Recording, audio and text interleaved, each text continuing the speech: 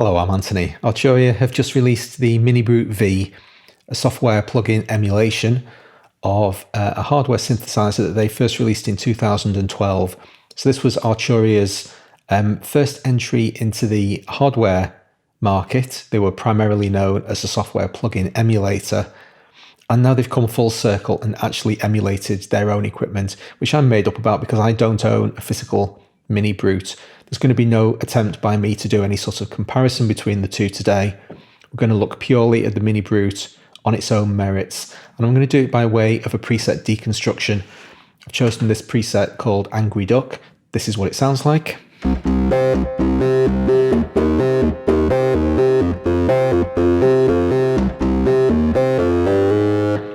Pretty awesome sound.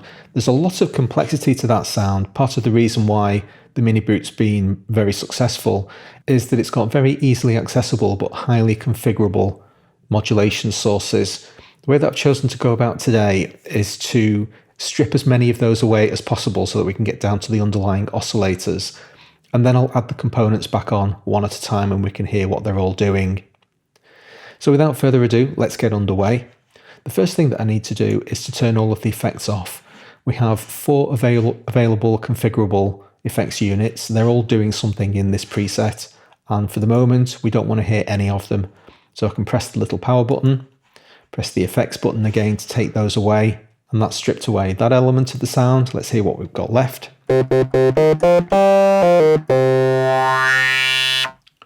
The next thing that I'm going to throw away is the low frequency oscillator. Don't forget, we're going to come back and look at all of this stuff later.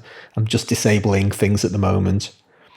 The LFO can be routed to 4 different destinations. These are the 4 controls across the top. The filter's the only one currently in use. If I double click that, I've now disengaged it. Next on the chopping block is the filter envelope, another module that can be routed to multiple different destinations, in this case 3 of them. Wherever you see a knob labelled env amount, that's the filter envelope. These 3 knobs here are all routed to the filter envelope. So if I double click all of them, that's that disabled. Now we're nearly there. One more thing to strip away, and as I do, I'll give you a brief overview of how the oscillators actually work. There are 5 separate oscillators in this synthesizer. 3 of them are in use in this particular preset. We have a sawtooth, square and triangle, which are your classic oscillator shapes. We have a noise modulator and also a sub. The 3 primary oscillators, saw, square and triangle, have dedicated modulators, and we access them in the upper left hand corner from the oscillator section. So if you see these pairs of controls, the 2 ultra saw controls are tied to the sawtooth oscillator. The pulse width and its associated amount control are connected to the square wave or pulse wave oscillator, and the metallizer and its envelope amount are tied to the triangle wave. Now, since we're taking a simple is best approach to this synth, for the time being I'm going to turn 2 of the oscillators all the way down so that we're now only hearing the sawtooth on its own. And if I turn it up a little bit now, can you hear that phasing effect? That's the ultra saw. So what the ultra saw gives you is 2 additional copies of whatever pitch sawtooth you're playing. So if I play a C at 130 Hertz, you're actually hearing 3 different sawtooth oscillators there. 1 at the original pitch, and then another 2 also at the original pitch but phase shifted. What phase shifting does is basically moves waves offset against each other, and you get this kind of gently strobing phasing sound. Essentially that's why a phaser is called a phaser, these different waves kind of playing against each other. In the case of the ultra saw on the MiniBrute, one of the sawtooth waves phases at exactly 1 Hertz, so it basically cycles once a second, and the other sawtooth has its phasing rate controlled by the knob. So let's turn it all the way down to start with. I'll double click on the control to disengage the ultra saw. That's a single sawtooth on its own. Now as I introduce the control, you hear that phasing begin, and you can actually see the kind of strobing effect in the spectrum analyzer in the bottom right hand corner. So we have one stable 1 Hertz wave, and then a second wave that we can control the speed of its phasing, and then dial in how much of this effect we want from the amount knob.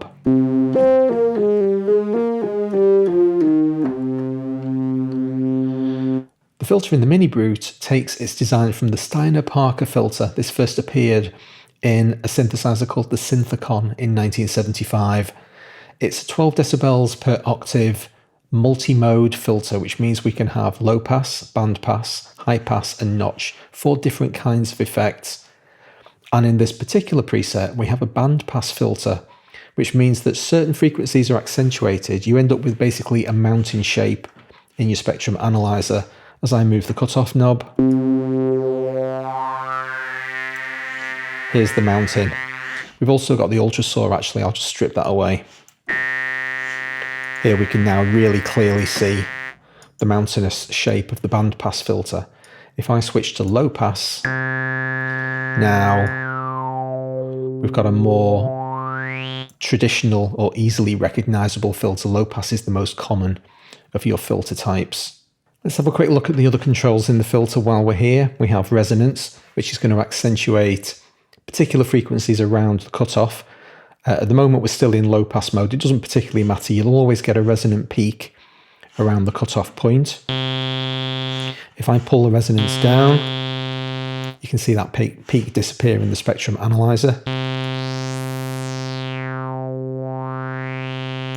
To the right of the resonance control, we have the brute factor. This is a filter feedback mechanism. Depending on what kind of filter you have set up and your circumstances, this can be quite violent. So be careful when playing with the brute factor, because anything that introduces feedback can generate that, very sonic, pretty harsh effect in your ears. Just always be careful when you're playing with feedback. I'm actually going to throw away all the changes that I've made so far so that I can get back to the basic preset, and I can very quickly turn off all of the effects, disable the LFO and the envelope, and get back to a single oscillator sound. And now when I dial up the brute factor,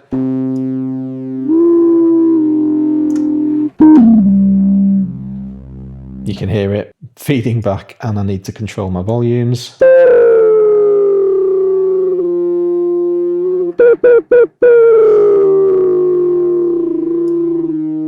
You get it right on the edge of breakup.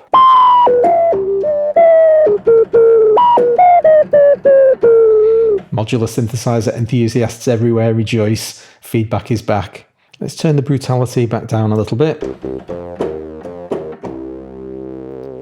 and bring some of those modules back in. Let's do the filter envelope next. So when I increase the envelope amount to just the filter, we're going to get an envelope shape, which at the moment has a decay down to a fairly high sustain shelf. So we're going to get a little tick on every note that we play.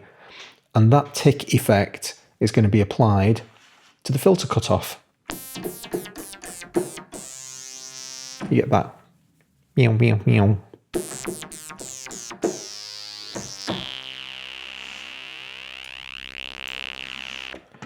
If I bring the sustain all the way down, then that tick will be deeper, and the end point after we've decayed through our envelope cycle is going to be whatever the cutoff is set to. So that filter sweep's now deeper. It's really nice, really thick sound.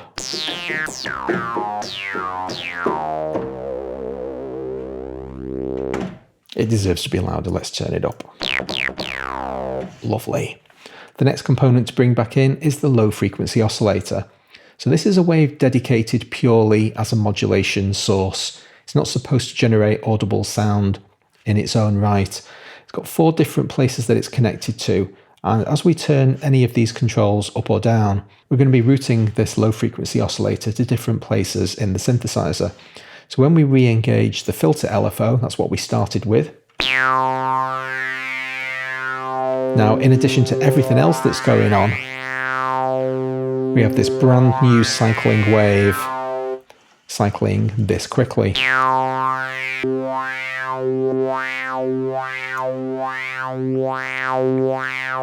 What's it doing? Well, it's drawing a sine wave and it's applying that sine wave to the filter cutoff. Completely independently of all of the other different modulation sources that are also impacting the filter or the shape of the oscillator in some way. But it doesn't have to be a sine wave that the low frequency oscillator uses to draw its shapes. If we make a sawtooth instead, now we get the sharp angular lines of the sawtooth drawing that filter shape on the filter cutoff. If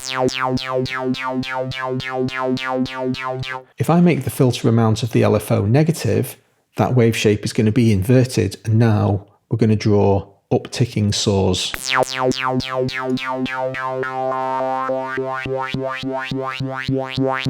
That's a really nice feature you don't usually see bidirectional modulation controls in an individual LFO. Now, you don't need to switch between upticking and downticking sawtooths.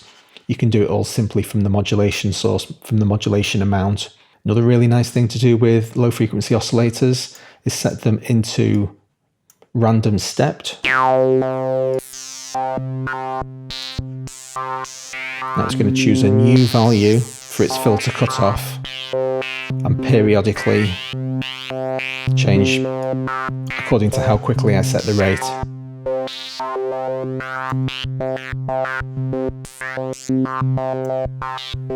But that's only one of the modulation destinations from the low frequency oscillator. Let's disengage that and have it modulate pitch instead.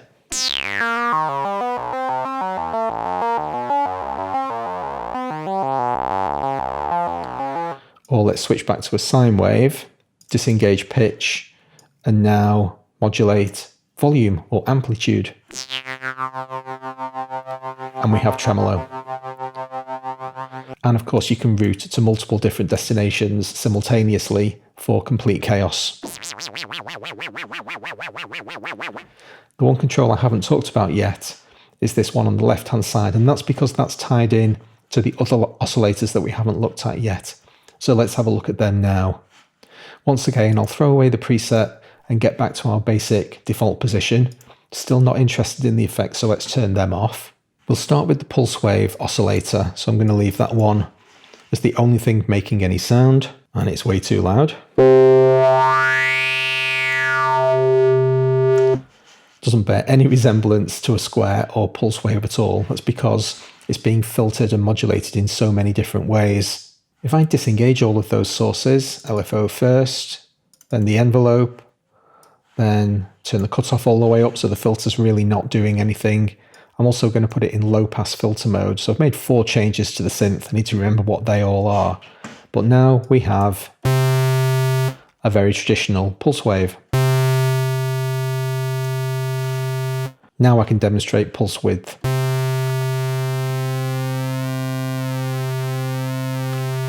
As I increase and decrease the control, you can see me changing the duty cycle, or the relative amounts of positive versus negative control voltage.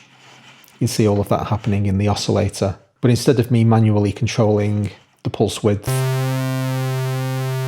from the oscillator knob, I can do it from different modulation sources instead. So let's use the low frequency oscillator.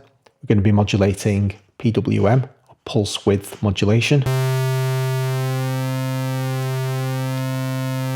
And now this is cycling at the speed set by the LFO rate.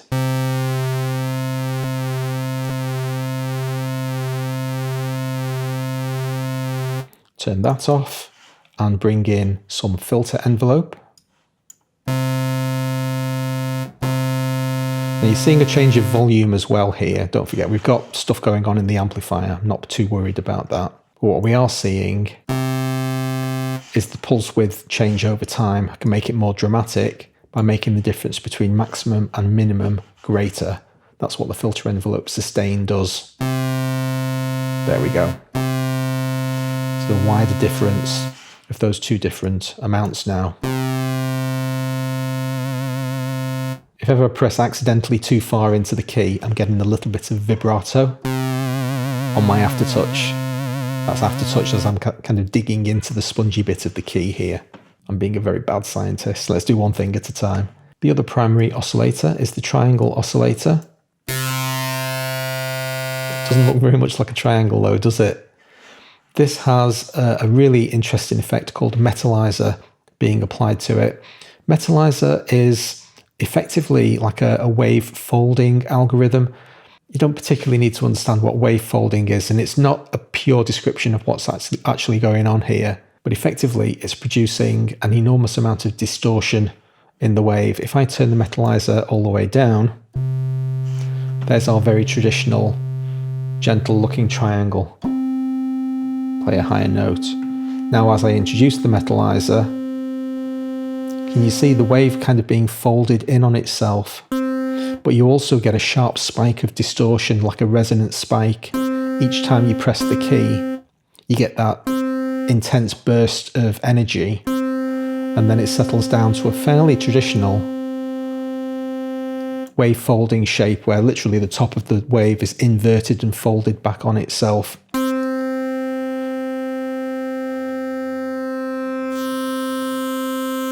And if we turn up the metallizer far enough, we fundamentally distort the wave at all times.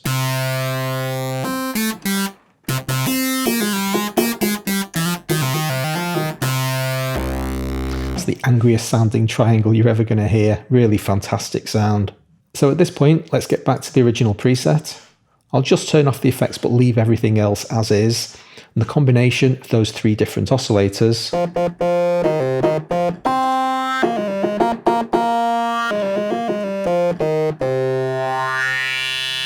you can hear the evolution of the LFO, you can hear the filter envelope, applying its modulation to different sources. Now that we've got all of these oscillators working, you can see that we've got negative modulation on the pulse width. That is doing work, that is modulating the pulse width. So this knob here isn't set to 0. If I double click it, that's 0 at 12 o'clock. So this is almost fully negative modulation. We've got the metallizer doing its brutality on the triangle wave, and we've also got the filter envelope applying further modulation into this control, a touch of filter feedback from the brute factor, and intense resonance. All of these different sources all combining together, that's what's giving you that really rich sound. But without understanding all of these modules, you kind of don't really know where to go, apart from it's great fun to just turn controls and hear all of the different sounds of the synth. I really like to understand what's going on, and hopefully that kind of deconstruction has helped to highlight to you just how flexible the synth is and how easy it is to dial in so many different modulation sources simultaneously. Finally, let's bring all of the effects back in and have a look at them. So if you click on the effects control, you get to see what's going on. So this is the preset in its full pomp.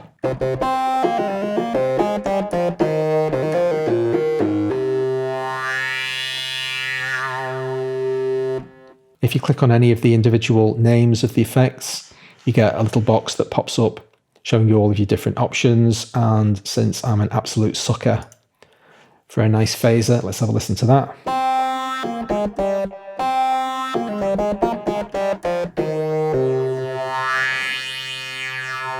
Yes.